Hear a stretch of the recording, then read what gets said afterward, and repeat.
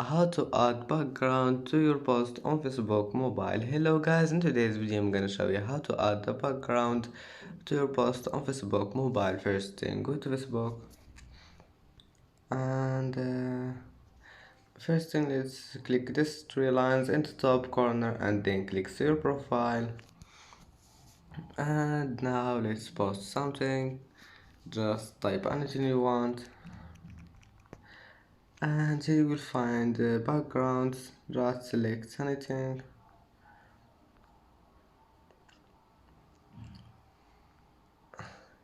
and then just click post